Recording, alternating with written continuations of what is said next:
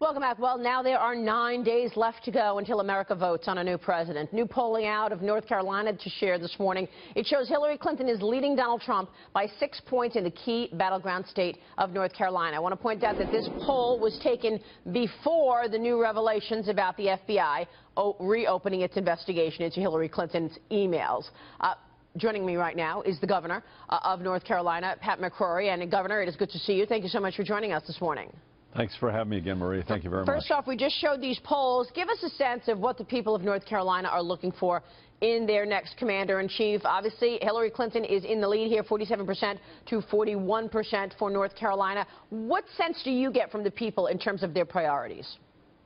Well, the latest priority before this controversy erupted on Friday was ObamaCare increase in premiums. It's going to hit North Carolina extremely hard.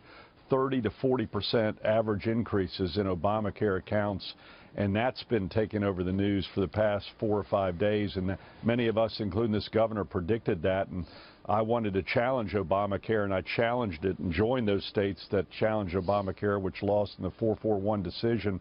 The Attorney General that I'm running against, Roy Cooper, refused to join in that lawsuit against Obamacare and was bragging about it up until 2 or 3 weeks ago. But now with this latest Clinton revelation, it's like we're going back to the 90s now. Clinton fatigue is back, and it's going to be very interesting to see what the impact of the polls will be. Yeah, I was interested in talking with you because I know that you've really been focused on the economy quite a bit there in North Carolina. Things are a lot better on your watch, and we know that you signed tax reform into law, which put more money in the paychecks of hardworking families. That's one of the issues that we're talking about in this campaign, tax reform and economic growth that has been very hard to come by. What do you think is needed to actually move the needle on economic growth and jobs for the country overall? Well, I'll tell you what we did in North Carolina. When I came into office 3.5 years ago, we had the 5th highest unemployment rate in the country. We had 9.4% unemployment. North Carolina, which is a booming state, was really hurting 3.5 years ago. And what I did was lowered the corporate tax from 6.6% to 3%, lowered the income tax from the high 7s to low 5s. And I also paid off $2.6 billion in debt we owed for unemployment to the federal government. And we just started seeing a sharp reduction in unemployment. We're now the 4th fastest growing economy in the United States in North Carolina. Our unemployment's 4.7%. The cranes are back, especially in Charlotte, where I'm at today. So things are going real well. But I also have to remind your viewers, in the eastern part of our state, we're still feeling the effects of Hurricane Matthew. You know, that got off the news 2 weeks ago, but literally some of our small towns in eastern North Carolina, the water is just now clearing out. And I've got towns of 1,000 to 2,000 people that are literally wiped out. And so we're wondering what the impact of that will be on the economy and plus the human lives. We've lost 28 people due to that hurricane. Well, my condolences to you and the entire state, sir. You mentioned Obamacare earlier and the 30 to 40% increases that we're going to see next year in premiums. What do you want to see in terms of Obamacare from our next president? Of course, we know that this has been one of the issues that has held back the economy because businesses are reluctant to create new positions because it's too expensive with Obamacare and the requirement to add benefits.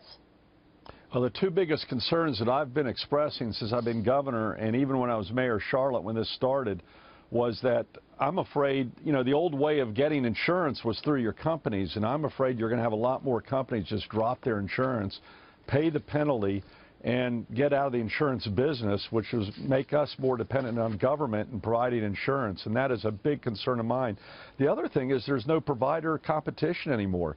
Now in the state of North Carolina, we only have one provider, and that's Blue Cross Blue Shield, and they almost pulled out 4 weeks ago. So this is why the premiums are going up, and who knows what Blue Cross Blue Shield might do next year, because their stockholders, their board's going to look at the numbers and have a fiduciary responsibility and go, we can't do this anymore. Right, and we know that was the reason that United Health pulled out and Aetna pulled out of a number of states in terms of the exchanges. Do you think this reopening by the FBI, reopening of the Clinton email scandal, the reopening of the investigation will have an impact on North Carolinians' voting? Yes, I do. I think more than anything, it might impact the turnout. I think, I personally think the turnout will be impacted. We're already seeing the Clinton voters not coming out in numbers that the Obama voters were coming out 4 years ago at this point in time, I think the turnout will be impacted by this because people are just disgusted with the whole thing, and I think there is Clinton fatigue. And frankly, there was some concern about Mr. Trump, too. It's kind of ironic. In the last 3 weeks, the media keeps going to me, well, are you going to still support Trump due to the controversy from 2 weeks ago? It's going to be interesting if the media turns around and asks my opponent, are you going to still support Hillary Clinton, and put the same pressure that they put on the Republican candidates for the last 3 to 9 months. So that's going to be an interesting media dynamic and political dynamic. Will the Democrats start running away down ticket from Hillary Clinton at this point in time? And are you supporting Trump? I am. In fact, I was with Mike Pence yesterday, who's a fellow. He and I were elected governors at the same time, and Mike and I were working the NC State football game parking lot yesterday. I'm going to work the Carolina Panther parking lot today, but Mike and I are very close friends, and I consider Mike Pence to just be an excellent vice presidential candidate. Very solid individual. We will leave it there. Governor, good to see you. Thank you so much for joining us this morning.